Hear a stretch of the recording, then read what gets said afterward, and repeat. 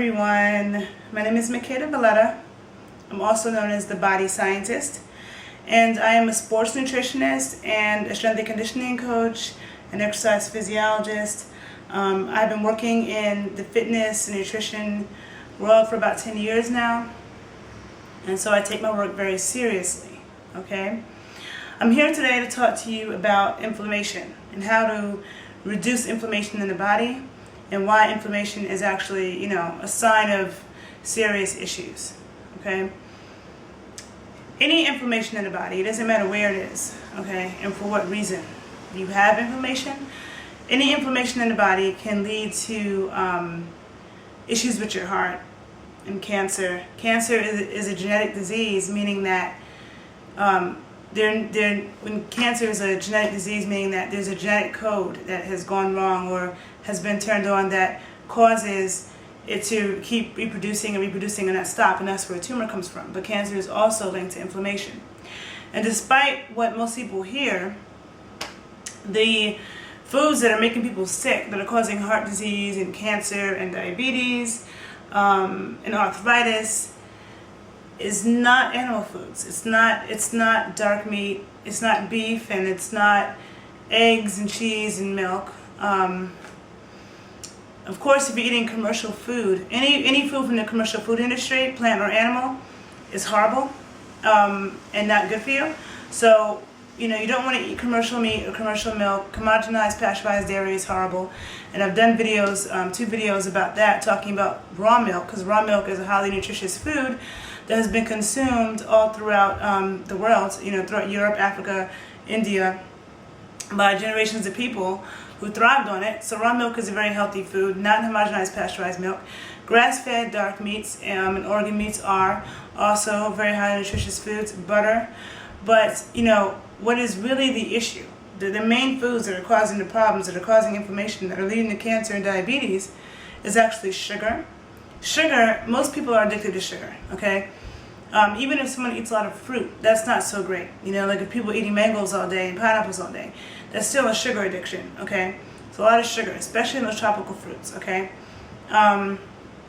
So we have sugar addiction, okay? And most of the foods that people look at, that you eat, even if it doesn't taste sweet, if it's coming out of a package, if you look at it, it usually has sugar, and sometimes it has sugar more than once in the ingredients. So we all hear about high fructose corn syrup, which of course you want to avoid by any means. High fructose corn syrup, any kind of sugary syrup. But and I prefer to use raw honey. Agave nectar, no good. It's like the same thing as corn syrup. Artificial sweeteners, no good. So when things say like no carbs, but it's sweet, like some kind of energy drink that's sweet but no carbs, it's or no sugar added, they always use artificial sweeteners, which are really toxic for your brain. So you want to avoid that by any means necessary. However, sugar is known to feed cancer cells, okay? So if somebody has cancer, the last thing that you want to do is eat crackers and eat cookies and stuff like that, which is what they give cancer patients in the cancer ward in the hospital. They give them cookies and crackers and cake and stuff like that. That actually feeds the cancer cells, on top of giving them chemotherapy and radiation, which causes cancer and burns out one's intestines, and so they can't absorb nutrients. So they're already being starved and nutrient deprived because their intestines are being burned out, and they're being exposed to something else that causes cancer, and then they're fed sugar, okay? This is why the United States is like one of the worst places that you can, in terms of dealing with cancer, in the medical community. Our medical community in this country has horrible cancer cure rates, okay? And most people who get cured of cancer from chemotherapy and radiation, it comes back within 7 years. Japan and Germany are Germany's like number 1, Japan number 2 in treating cancer, because cancer is a genetic disease. So that means that one person's breast cancer could be more similar to someone else's lung cancer than to another person's breast cancer. It all depends on the genetic code. So when they use chemotherapy and radiation, it's like going in a dark room full of people and you want to kill 2 of them. Someone wants to kill 2 people because maybe 2 people did whatever, and you just start shooting in the whole room trying to kill these 2 people, but you're shooting all these other people trying to kill them. That's the same thing as chemotherapy and radiation. And you may not kill those 2 people that you're trying to kill, but you may kill a whole bunch of other people trying to kill those 2, as opposed to turning on the lights, identifying who it is, and singling them out. And that's what Germany and Japan does when they deal with cancer. They do genetic tests. They go after the exact genetic nature of that cancer, which is very important, okay? And there are many protocols to cure cancer. And there are people, celebrities even, who've spoken out about that. I've known people who've cured from cancer. There's different protocols depending on what kind of cancer that person has, okay? So one person could cure cancer from, drinking raw juices. Somebody else may need to consume something else, okay? So it's very depends. But sugar, I cannot stress enough, is really bad. People always think about it in terms of getting fat, but it's linked to so many problems, okay? So many functions. It pulls nutrients out of the body. And, fat gives things flavor, and people are so afraid of fat that everything is fat-free. Fat-free this, fat-free that, all these fat-free yogurt places. And fat gives things flavor, so when they remove the fat, now they replace a whole bunch of sugar. They replace it with a bunch of sugar to make it taste super sweet, to make up for that flavor. But the thing about sugar, unlike fat is like a very useful energy source, okay? Fat's an energy source.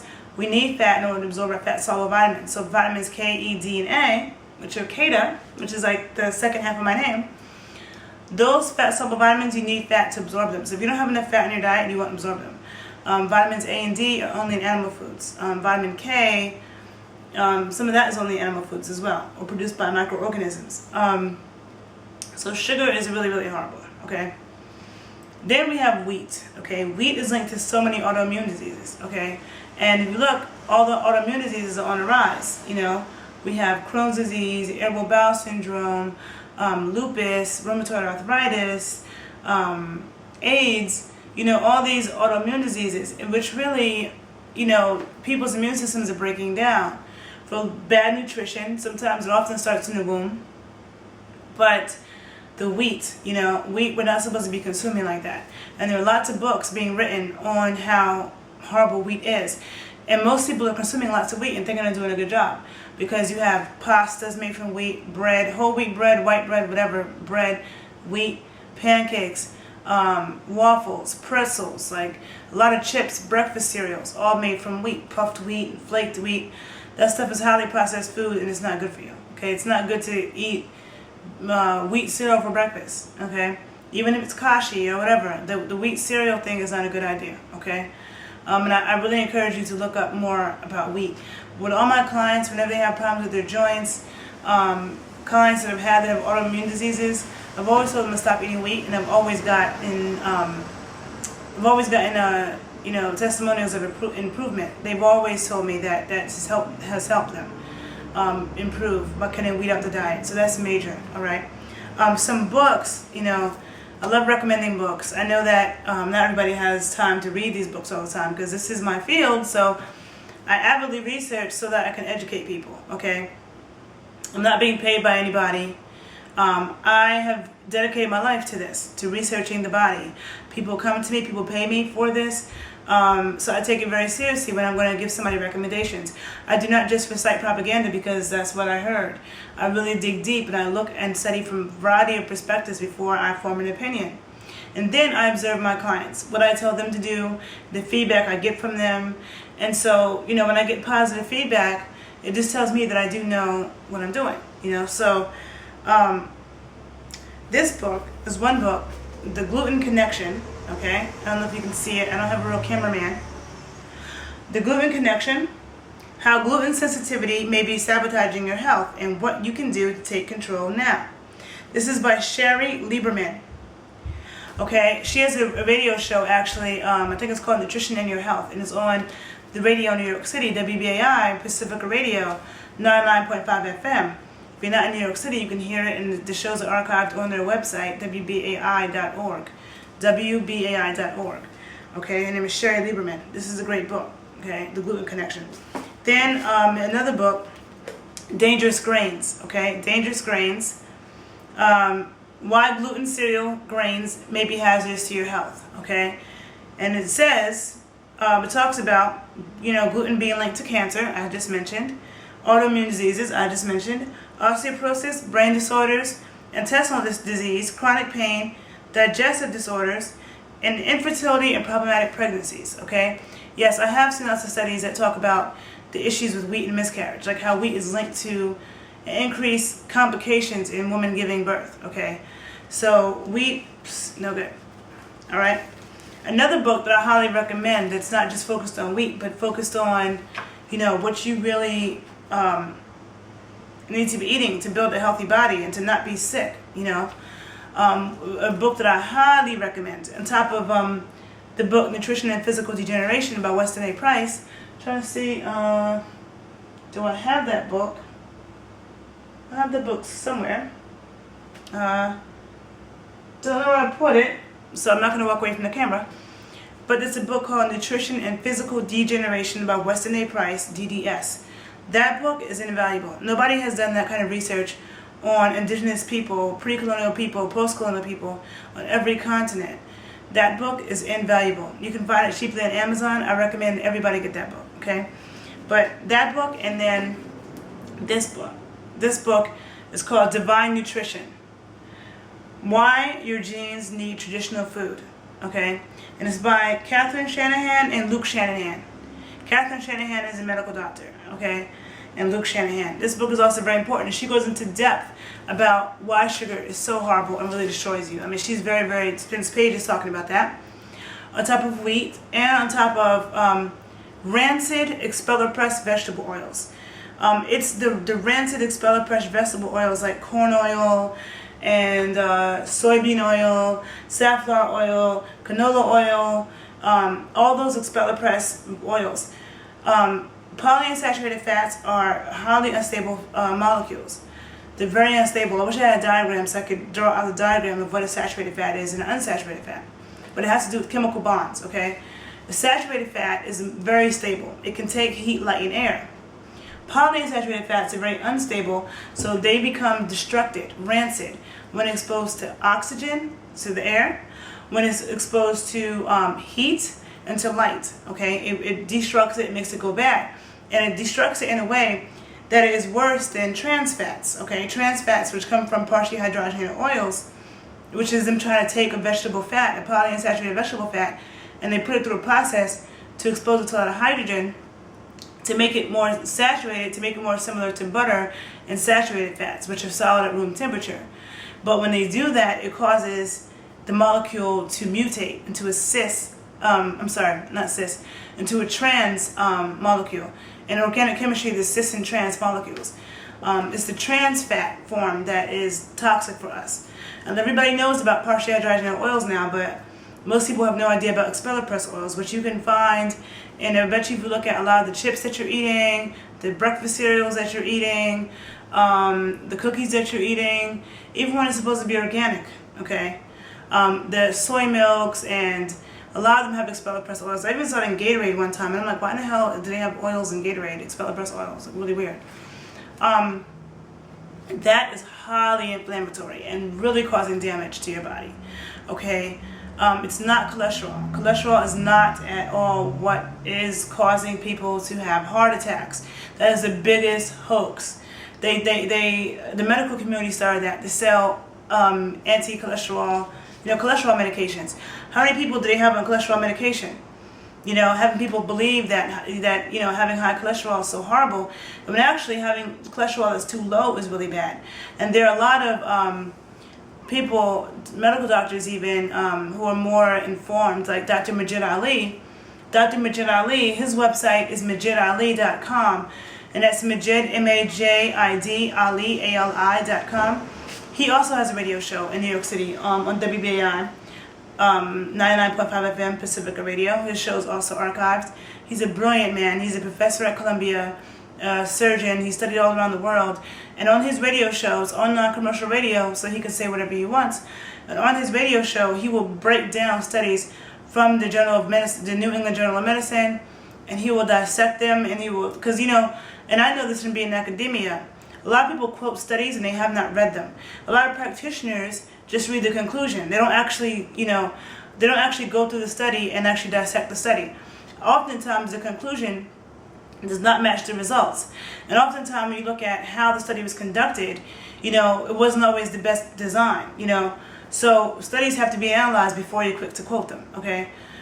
So he goes through that on his show, and he will be straight up, and he will talk about the American Medical Association, and he has very amazing books that he's written tons of on his website, and he talks a lot about the dangers of having low cholesterol. So does Dr. Mercola, who Mercola, his website, he's a free newsletter, and his website is a huge resource of information about health, and his website is Mercola, MERCOLA.com, MERCOLA.com, Mercola, Dr. Mercola. He also talks about the dangers of low cholesterol. Cholesterol is what our hormones are made from, okay? Our hormones, all of our sex hormones, our brain is made from cholesterol. So when you don't have cholesterol in your diet, it can cause some serious hormonal issues. It can cause issue with your brain function. And you may not feel that, you may be in a diet with no cholesterol, and you may not feel that for 4 years or 5 years or 10 years, but only time will tell. And oftentimes people will start feeling, like they can't think as well, or they have hormonal issues. And I've seen that a lot in my practice with clients. I've seen clients coming to me who were just on a strict vegan diet, and they came to me with severe hormonal issues, especially women, okay? And a lot of times they lost a lot of muscle. Just keep in mind that if you lose muscle from not eating enough calories, not eating enough protein, your body will eat your muscle. And oftentimes when you do that, you can never get your muscle fully back the way it was. Sometimes you may, depending on how much muscle you lost, but sometimes it can make your body permanently jacked up, and that's why even when I was in college, I would see people pledge sororities, and they weren't eating for I don't know how many weeks, and they get all skinny, and a lot of times they never look right again, like they would eat again and get fat, or just, just not do that. So don't starve your body, okay? Now, and I encourage people to do their own research, because I research a lot so I can educate. I am an educator. I get attacked every time I talk about raw dairy or, eating dark meat, beef, and stuff like that. But everything that I say about nutrition is very well researched, and I have spent lots of time looking at things from various perspectives, okay, before I come up with conclusions, because I take my job very seriously. So I always encourage my clients to do their own research.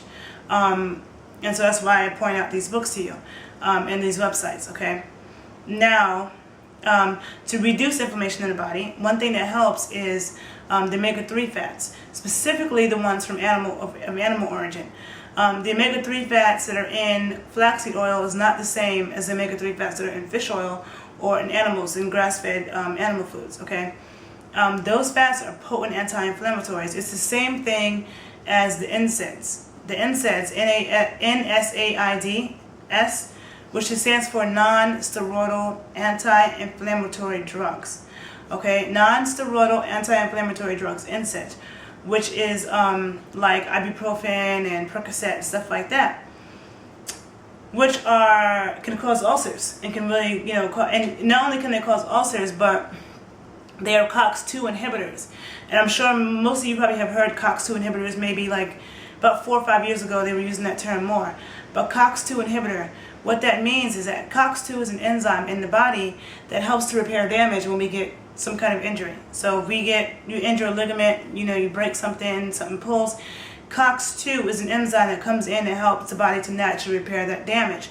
But when you take commercial anti-inflammatories like ibuprofen and Percocet, it actually blocks the COX-2 inhibitor. So it blocks that enzyme from doing its job, and then it numbs your pain. So it numbs the pain so you don't feel it, but it stops the body from healing itself, which can cause some more issues, and it causes ulcers. Whereas the omega-3 fats that are found in cod liver oil and fish oil and stuff like that, and grass-fed, the fat of grass-fed animals, that's a potent anti-inflammatory. The EPA and DHA fats, they do the same thing. They just work a little bit slower. Okay. So that's number one. Those omega-3 fats, they bring down inflammation. Also, the medium chain triglycerides, like the MCT and CLA fats, medium chain triglycerides and conjugated linoleic acid, which can be found in cold pressed coconut oil and eggs, pasture eggs, and raw dairy from grass-fed animals. Very, very, very, very good. Okay.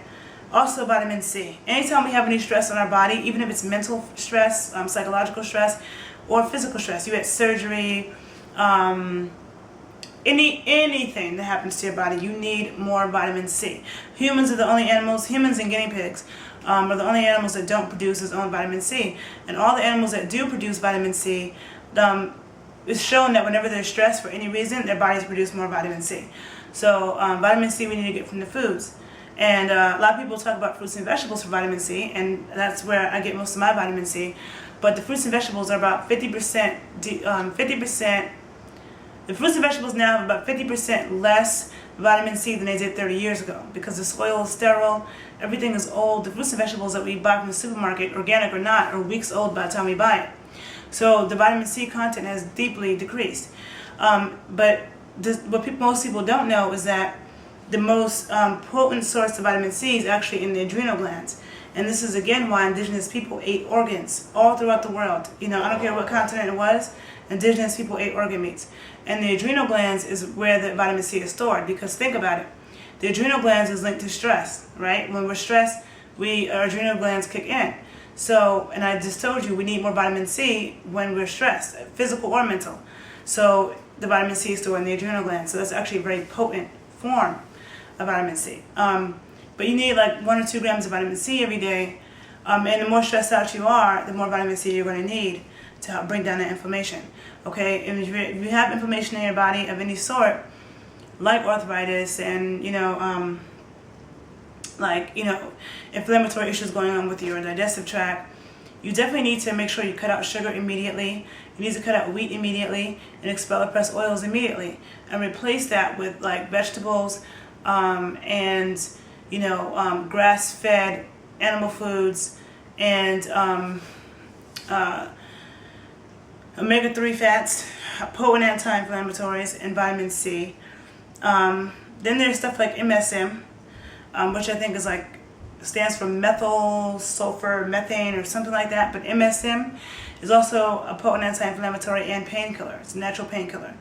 And so these things are really important, because even if you have inflammation in your body for something else, like the inflammation could be from an ankle injury, or you have really bad inflammation from that, can still affect your heart because it produces more C-reactive proteins. And C-reactive proteins are like these sticky proteins that the body produces when there's inflammation, and they can stick together and they can clog your arteries and cause strokes and heart attacks. Okay, so things that may not seem related are. Our whole body is one whole organism. It's really important to bring down inflammation in the body. Okay, I'm trying to think, is there anything else about inflammation that I want to say? But yeah, those are the most important anti-inflammatory foods, and also making sure you consume lots of probiotics and fermented foods. Okay, so again, my name is Makeda Voletta, also known as the Body Scientist. You can find me on Facebook at Makeda Voletta - The Body Scientist. Please subscribe to my YouTube.